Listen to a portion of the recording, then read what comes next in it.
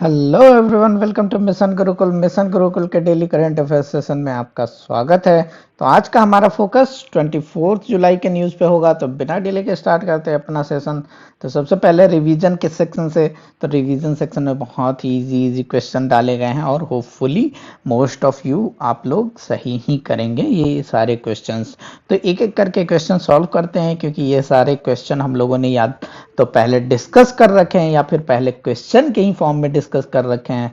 तो एक एक करके स्टार्ट करते हैं, क्योंकि ये फिर से न्यूज़ में आए हैं। तो न्यूज़ पढ़ने से बेटर है कि अब इस पे फिर से क्वेश्चन करके ही इसको रिवाइज कर लिया जाए। सबसे पहला क्वेश्चन है जो स्टेट ऑफ वर्ल्ड पॉपुलेशन 2020, ये देखिए जिसमें एक टर्म था मिसिंग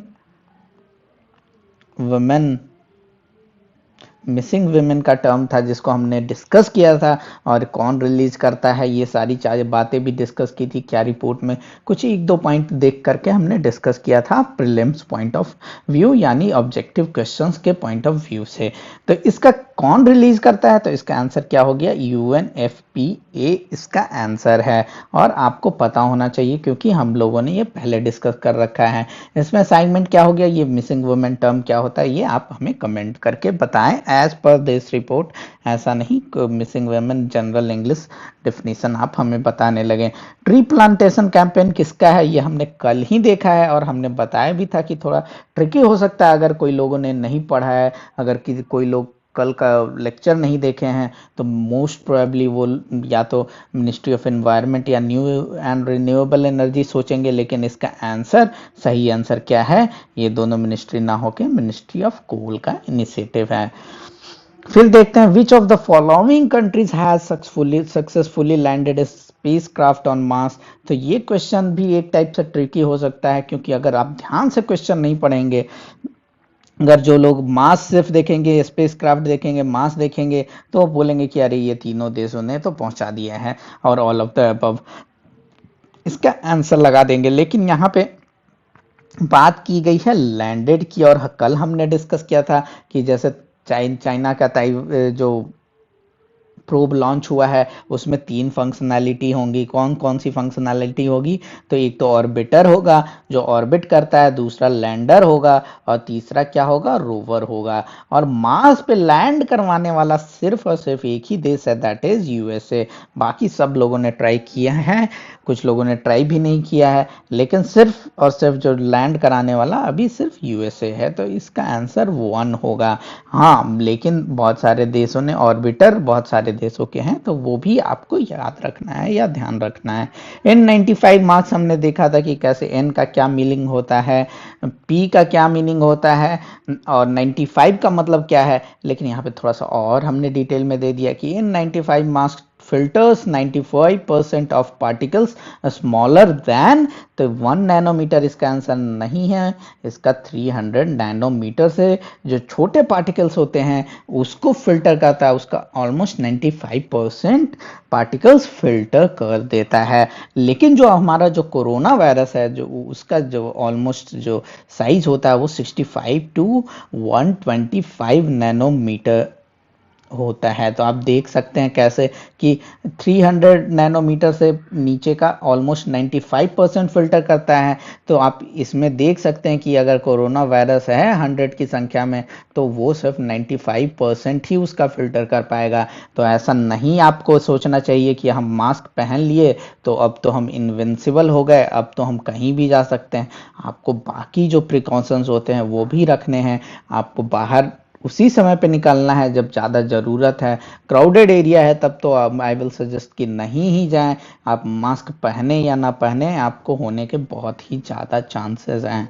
अब चलते हैं क्वेश्चन नंबर 5 पे। क्वेश्चन नंबर 5 क्या बात करता है, all e commerce entities including Amazon, Flipkart. और ये देखिए हमने जो देखा था कि कैसे हमारा कंज्यूमर वाला डेफिनेशन आया था, उसमें कुछ कुछ चेंजेज हुए थे। तो उसमें क्या है कि ऑल ई कॉमर्स, उसमें हमने देखा था कि एक और बात ऐड हुई है कि जो ई कॉमर्स एंटिटीज हैं उनको अब डिक्लेयर करना पड़ेगा कि कौन सा कंट्री ऑफ ओरिजिन है ऑफ इम्पोर्टेंट प्रोडक्ट्स के बारे में। तो ये किस एक्ट के अंदर, ये एक्चुअली किस, इसका जस्टिफिकेशन क्या दिया गया है कि ये जो लॉ बनाया गया है वो, उसमें पहले से प्रोविजन था लीगल मेट्रोलॉजी एक्ट 2009 में, तो उसी के हिसाब से ये रूल्स बनाए गए हैं, डायरेक्शंस दिए गए हैं। तो ये दोनों स्टेटमेंट ही सही है हमारा। तो इसका सही आंसर क्या हो गया? बोथ।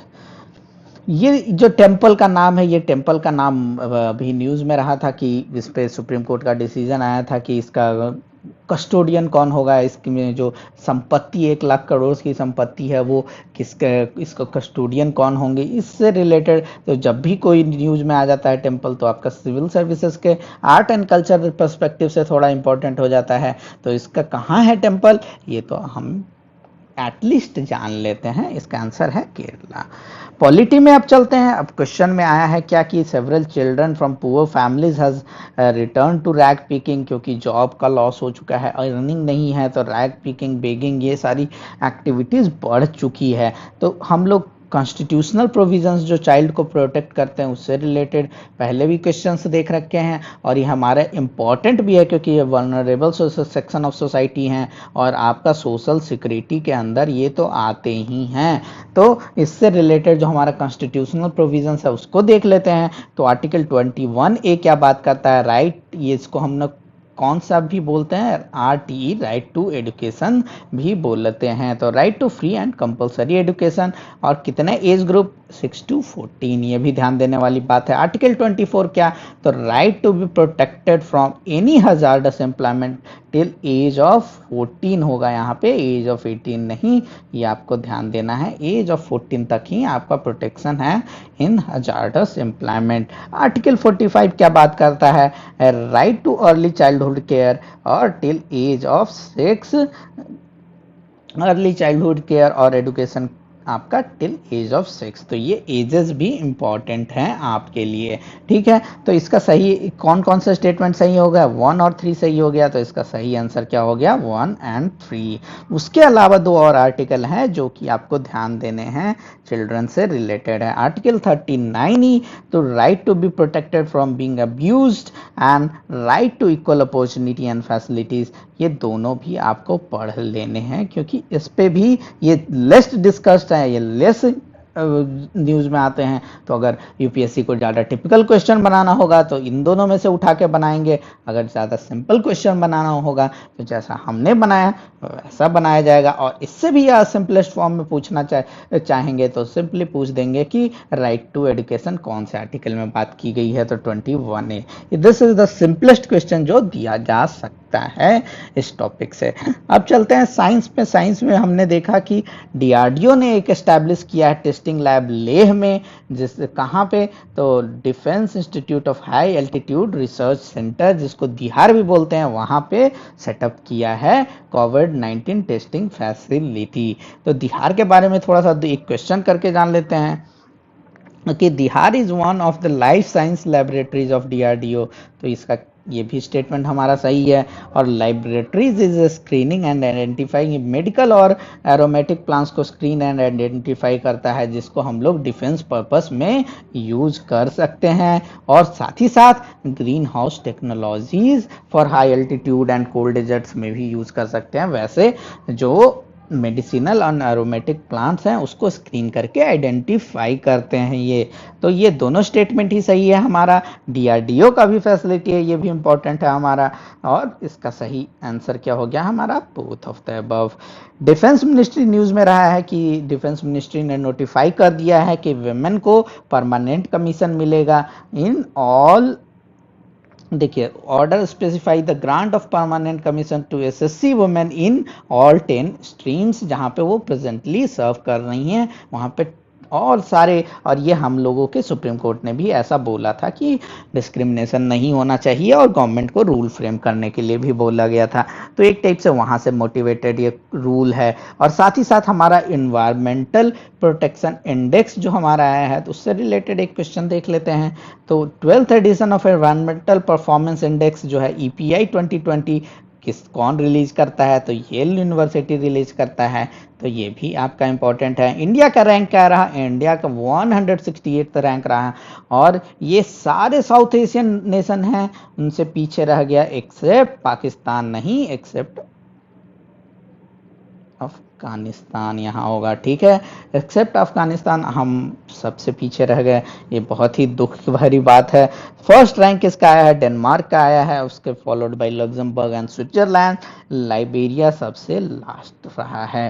तो यहाँ पे सही आंसर क्या हो गया हमारा, सेकंड स्टेटमेंट हमारा गलत था, तो 1 और 3 सही स्टेटमेंट हो गया। एक ट्राइबल ग्रुप है जिसका नाम है नन ब्रूज, तो ये ब्रूज नाम है, नन आपका जो प्रीफिक्स लगा हुआ है, तो नन ब्रूज ऑफ त्रिपुरा जो हैं वो बोले हैं कि 6 जगह पे वो प्रपोज किया कि यहाँ पे जो ब्रूज हैं उनको जो माइग्रेट होके आए हैं हमारे, कहाँ से माइग्रेट होके आए हैं, मिज़ो से आए हैं, क्योंकि मिज़ोरम में लड़ाई हुई, मिज़ो ने ब्रूज को थोड़ा मारा पीटा, तो वहाँ से भाग के लोग त्रिपुरा में सेटल हुए थे। तो त्रिपुरा में वहाँ पे उन्होंने एग्रीमेंट हुआ है, ट्रीपार्टाइट एग्रीमेंट हुआ है, उसमें बोला कि यहाँ पे सेटल करा दिया जा सकता है, ठीक है। तो नाम आपको ध्यान देना है, ब्रूज एक एथनिक ग्रुप है, किस एरिया का एथनिक ग्रुप है ये भी आपको ध्यान देना है, क्योंकि देखिए एक स्टेट कोई एथनिसिटी पे तो डिवाइडेड है नहीं, हमारा स्टेट का डिवीजन, तो कोई भी एक स्टेट को हम नहीं बोल सकते हैं कि हाँ इस स्टेट में ही सिर्फ ये एथनिसिटी वाले लोग रहते हैं, क्योंकि एथनिसिटी पे डिवीजन मोस्टली यूरोप में हुआ है, हमारे देश में कभी एथनिसिटी पे डिवीजन नहीं हुआ है। मोस्टली अगर आप देखेंगे कि आज़ादी के बाद अगर कोई डिवीजन हुआ है, बोलने के लिए तो होता है कि एडमिनिस्ट्रेटिव ग्राउंड पे, लेकिन कई लैंग्वेज के बेसिस पे डिवीजन की डिमांड हुई है, और बहुत जगह लैंग्वेज के बेसिस पे डिवीजन हुआ भी है। तो आप एक जनरल बोल सकते हैं कि हाँ on the basis of language, but ethnicity तो बात आती ही नहीं है। तो यहाँ पे आप देख सकते हैं ब्रूज जो हमारा, जब भी ये ज़्यादा इम्पोर्टेंट हमारा, क्योंकि ट्राइबल इशूज़ है, तो ट्राइबल इशूज़ यूपीएससी के लिए इम्पोर्टेंट हो जाता है, साथ करके सिविल सर्विसेज के लिए ज़्यादा इम्पोर्टेंट है ये न्यूज़। तो आपको ट्राइबल ग्रुप्स और इथनिसिटी कहाँ के रहने वाले हैं, क्या प्रॉब्लम हो रहा है, वो सब आपको ध्यान में रखने होते हैं, कभी भी क्वेश्चन उससे आ जाता है। अब चलते हैं, थोड़ा सा छोटा बहुत न्यूज़ बचा हुआ है। तो इजरायली डिफेंस मिनिस्ट्री और डीआरडीओ मिलके रैपिड कोविड-19 टेस्ट बनाने में लगे हुए हैं, जिसमें हम 30 सेकंड में पता लगा सकते हैं किसी को कोरोना है या नहीं। बांग्लादेश ने बोला है कि जो कश्मीर इशू है वो इंडिया का इंटरनल मैटर है, तो इंडिया बहुत अप्रिशिएट किया है ये बात को कि हाँ आपने मतलब this shows that they are much tilted toward India than Pakistan. जैसे चाइना से पूछा जाए तो चाइना बोलेंगे कि क्या, and this is not India internal matter, this is disputed territory है, लेकिन इन्होंने ऐसा कुछ नहीं बोला, इन्होंने बोला कि कश्मीर इंडिया का इंटरनल मैटर है, यानी ये एक्सेप्ट कर रहे हैं कि इंडिया का इंटीग्रल पार्ट है। Ministry of health and family welfare है, तो ministry of health and family welfare has notified set of specific health warning, उन्होंने वार्निंग स्पेसिफाई किया है किस चीज़ से रिलेटेड, टोबैको प्रोडक्ट्स से रिलेटेड, कि टोबैको प्रोडक्ट में हम लोग जैसे देखते हैं कि 85%, कुछ साल पहले आया था कि 85% जो हमारा जो एरिया होगा सिगरेट का उस पर वार्निंग होना चाहिए, और साथ ही साथ न्यू में और भी कुछ स्पेसिफिकेशन स्पेसिफिक वार्निंग्स वगैरह वगैरह डायरेक्शन दिए गए हैं, जिसमें एक डायरेक्शन ये भी है कि अब इसका सिंपल पैकेजिंग होगा, कोई भी ब्रांड या वो वगैरह लोगोज वगैरह नहीं होने चाहिए, कोई भी चमकदार सिगरेट का पैकेट नहीं होना चाहिए कि यूथ को अट्रैक्ट करने के लिए, क्योंकि एंट्री ड्रग्स हैं, ये एंट्री ड्रग्स हैं, इसका मतलब शुरुआत ही वैसे ही होता है कि लोग इसको पीते हैं जस्ट टू शो ऑफ, तो इसलिए इसको लीस्ट टू लीस्ट इसको अट्रैक्टिव बनाया जा रहा है। तो ये एक थोड़ा सा ध्यान देने वाली बात है, इस पर क्वेश्चन बनने के बहुत कम प्रोबेबिलिटी हैं, लेकिन थोड़ा दिमाग में रख लें तो अच्छा है। The credit protocol infrastructure known as open, देखिए जो क्रेडिट प्रोटोकॉल इंफ्रास्ट्रक्चर है, ओपन क्रेडिट इनेबलमेंट नेटवर्क है, वो बनाया गया है, तो वो क्या करेगी, mediate the interaction between loan service providers, जो लोन सर्विस प्रोवाइडर्स हैं उनके बीच में इंटरेक्शन होगा उसको मीडिएट करेगी, बस इतना ध्यान देने वाली बात है बस। और ये यहीं पे हमारा करंट अफेयर सेशन खत्म होता है। आपका असाइनमेंट क्या था? एक छोटा सा असाइनमेंट है जो मोस्ट प्रोबेबली मुझे लगता है सारे लोग कमेंट करेंगे, और असाइनमेंट मुझे ध्यान भी नहीं आ रहा है लेकिन मैंने बीच में दिया था, और आप लोग मोस्ट प्रोबेबली जैसे, हाँ ये रहा हमारा, स्टार्ट में ही हमने दिया था मिसिंग वुमेन का, तो वो हम लोग वो आप लोग रिवाइज करके यहाँ पे डेली करंट अफेयर सेशन में हमारे कमेंट कर दें। और साथ ही साथ अगर वीडियो पसंद आ जाए तो लाइक कर दीजिएगा। तो फिर मिलते हैं कल फिर डेली करंट अफेयर सेशन में, तब तक के लिए धन्यवाद।